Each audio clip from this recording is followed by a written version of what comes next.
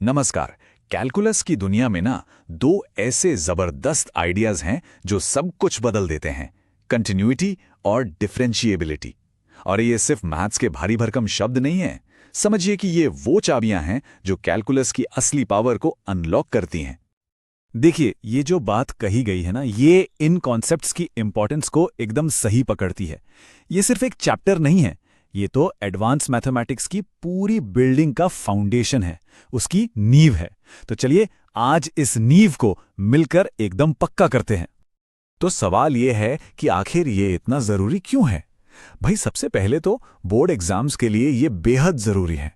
साथ ही ये हमें ट्रिकी प्रॉब्लम्स को सॉल्व करने की सुपर पावर देते हैं। और सबसे मजेदार बात, फिजिक्स से लेकर इंजीनियरिंग तक ये कॉन्सेप्ट्स हमें समझाते हैं कि हमारे आसपास की दुनिया इतनी स्मूथली, इतने सहज तरीके से कैसे चलती है। चलिए अब इस मिस्ट्री का पहला सुराग देखते हैं, कंटिन्यूटी यानी सातत्य। इसको समझने का सबसे अच्छा तरीका है इसे एक ऐसे रास्ते की तरह सोचिए जिसमें कोई ब्रेक न हो, एक अटूट पथ। अच्छा, अब जरा इसकी मैथमेटिकल डेफिनेशन पर नजर डालते हैं। कोई भी फंक्शन किसी पॉइंट पर कंटिन्यूअस तब कहलाता है जब उसकी लेफ्ट हैंड लिमिट, उसकी राइट हैंड लिमिट और उस पॉइंट पर फंक्शन की अपनी वैल्यू, ये तीनों के तीनों बराबर हों। हाँ, मानता हूं ये इसकी फॉर्मल डेफिनेशन है, पर घबराइए नहीं, इसका असली मतलब बहुत ही सिंपल है। तो इसका सरल मतलब क्या हुआ? बस इतना सा कि ग्राफ में कहीं कोई ब्रेक, कोई जंप या कोई होल नहीं है। बस कल्पना कीजिए कि आप एक ग्राफ बना रहे हैं और आपको अपनी पेंसिल उठाने की जरूरत ही नहीं पड़ रही। एक ही बार में पूरा ग्राफ बन गया। बस यही है कंटिन्यूटी, एकदम अनब्रोकन। जैसे f of x is equals x square का ग्राफ सोचिए। वो एक स्मूथ कर्व की तरह, एक लहर की तरह बहता है, हमेशा कंटिन्यूअस। दूसरी तरफ स्टेप फंक्शंस को देखिए, उनमें अचानक जंप्स या ब्रेक्स होते हैं, बिल्कुल एक सीढ़ी की तरह। बस ये विजुअल डिफरेंस ही सब कुछ साफ कर देता है ना? ठीक है, अब आते हैं हमारे दूसरे और ज्यादा गहरे सुराख पर, डिफरेंशिएबिलिटी। ये कंटिन्यूटी से एक कदम आगे की बात है। ये सिर्फ कनेक्टेड होने के बारे में नहीं है, ये स्मूथ होने के बारे में है। इसकी फॉर्मल डेफिनेशन इस लिमिट फॉर्मूला से आती है। अब ये देखने में थोड़ा कॉम्प्लिकेटेड लग सकता है, पर इसका काम बहुत सीधा है। ये किसी भी पॉइंट पर चेंज की स्पीड को मापता है, यानी रेट ऑफ चेंज को। अगर ये लिमिट एग्जिस्ट करती है तो फंक्शन डिफरेंशिएबल है, सिंपल। और यहीं पर सबसे जरूरी बात छिपी हुई है। एक डिफरेंशिएबल फंक्शन सिर्फ कॉन्टिन्यूअस ही नहीं होता, वो स्मूथ भी होता है। इसका मतलब क्या है? इसका मतलब है कि उसके ग्राफ में कोई भी शार्प कॉर्नर, कोई कस्प या कोई वर्टिकल टैंजेंट नहीं होगा, एकदम चिकना कर्व। तो अब वक्त आ गया है उस बड़े सवाल का, इन दोनों सुरागों कॉन्टिन्यूटी और डिफरेंशिएबिलिटी के बीच आखिर रिश्ता क्या है? चलिए इस राज से पर्दा उठाते हैं। एक सीधा सा सवाल, क्या कॉन्टिन्यूअस और डिफरेंशिएबल एक ही चीज है? क्या हम इन दोनों शब्दों को एक दूसरे की जगह इस्तेमाल कर सकते हैं? क्या एक के होने का मतलब दूसरे का होना तय है? इस सवाल का जवाब ही इस पूरे टॉपिक का दिल है। और जवाब है नहीं, बिल्कुल नहीं। इनके बीच एक वन वे रिलेशनशिप है। ऐसे सोचिए, अगर कोई रास्ता एकदम स्मूथ है तो जाहिर है कि वो जुड़ा हुआ भी होगा। मतलब if it's differentiable it has to be continuous.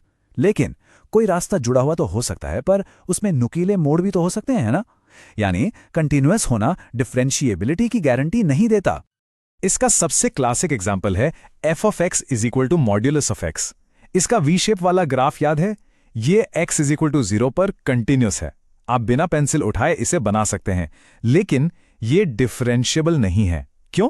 क्योंकि ओरिजिन पर x इज इक्वल टू 0 पर एक शार्प कॉर्नर है, एक नुकीला कोना, और यही उस वन वे रिलेशनशिप का सबसे बड़ा सबूत है। तो अब जब ये राज खुल चुका है, चलिए देखते हैं कि हम इन कंसेप्ट्स को असल में इस्तेमाल कैसे कर सकते हैं। ये है हमारा टूल किट फॉर सक्सेस। और अच्छी खबर यह है कि ये रूल्स बहुत सीधे साधे हैं। अगर दो फंक्शंस डिफरेंशिएबल हैं तो उन्हें जोड़ने, घटाने या गुणा करने पर जो नया फंक्शन बनेगा वो भी डिफरेंशिएबल होगा। डिवीजन में भी यही होता है, बस एक छोटी सी शर्त है, डिनोमिनेटर कभी 0 नहीं होना चाहिए। और जब एक फंक्शन के अंदर दूसरा फंक्शन फंसा हो, मतलब कॉम्पोजिट फंक्शंस, तो वहां हमारा सबसे बड़ा हथियार है चेन रूल। इसे 3 सिंपल स्टेप्स में तोड़ सकते हैं। पहले बाहर वाले फंक्शन को डिफरेंशिएट करो, फिर अंदर वाले को, और आखिर में दोनों के रिजल्ट्स को मल्टीप्लाई कर दो। That's it. प्रॉब्लम सॉल्विंग में स्पीड बढ़ाने के लिए कुछ डेरिवेटिव्स तो बिल्कुल याद होने चाहिए, जैसे e⁻x, नेचुरल लॉग और इनवर्स फंक्शंस। इन्हें अपने टूल किट के सबसे जरूरी टूल समझिए, जो हमेशा काम आएंगे। तो सवाल यह है कि इस पूरे टॉपिक पर कमांड कैसे हासिल की जाए। चलिए एक सॉलिड स्ट्रैटेजी बनाते हैं।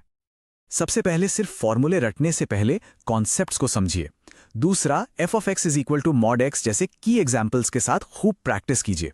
तीसरा, ग्राफ बनाने से बिल्कुल मत डरिए, चीज़ों को विजुअलाइज करने से सब आसान हो जाता है। और हाँ, वो वन वे कनेक्शन हमेशा याद रखिए। अगर स्मूथ है तो जुड़ा हुआ जरूर होगा, पर अगर जुड़ा है तो जरूरी नहीं कि स्मूथ भी हो। और आखिर में एक सवाल, अगर दुनिया में ज्यादातर बदलाव स्मूथ होते हैं तो असल जिंदगी में वो शार्प कॉर्नर्स कहाँ मिलते हैं जो सब कुछ बदल देते हैं? वो कौन से मोमेंट्स हैं जहां चीजें कॉन्टिन्यूअस तो रहती हैं पर अचानक अपनी डायरेक्शन बदल लेती हैं? इस बारे में जरा सोचिएगा।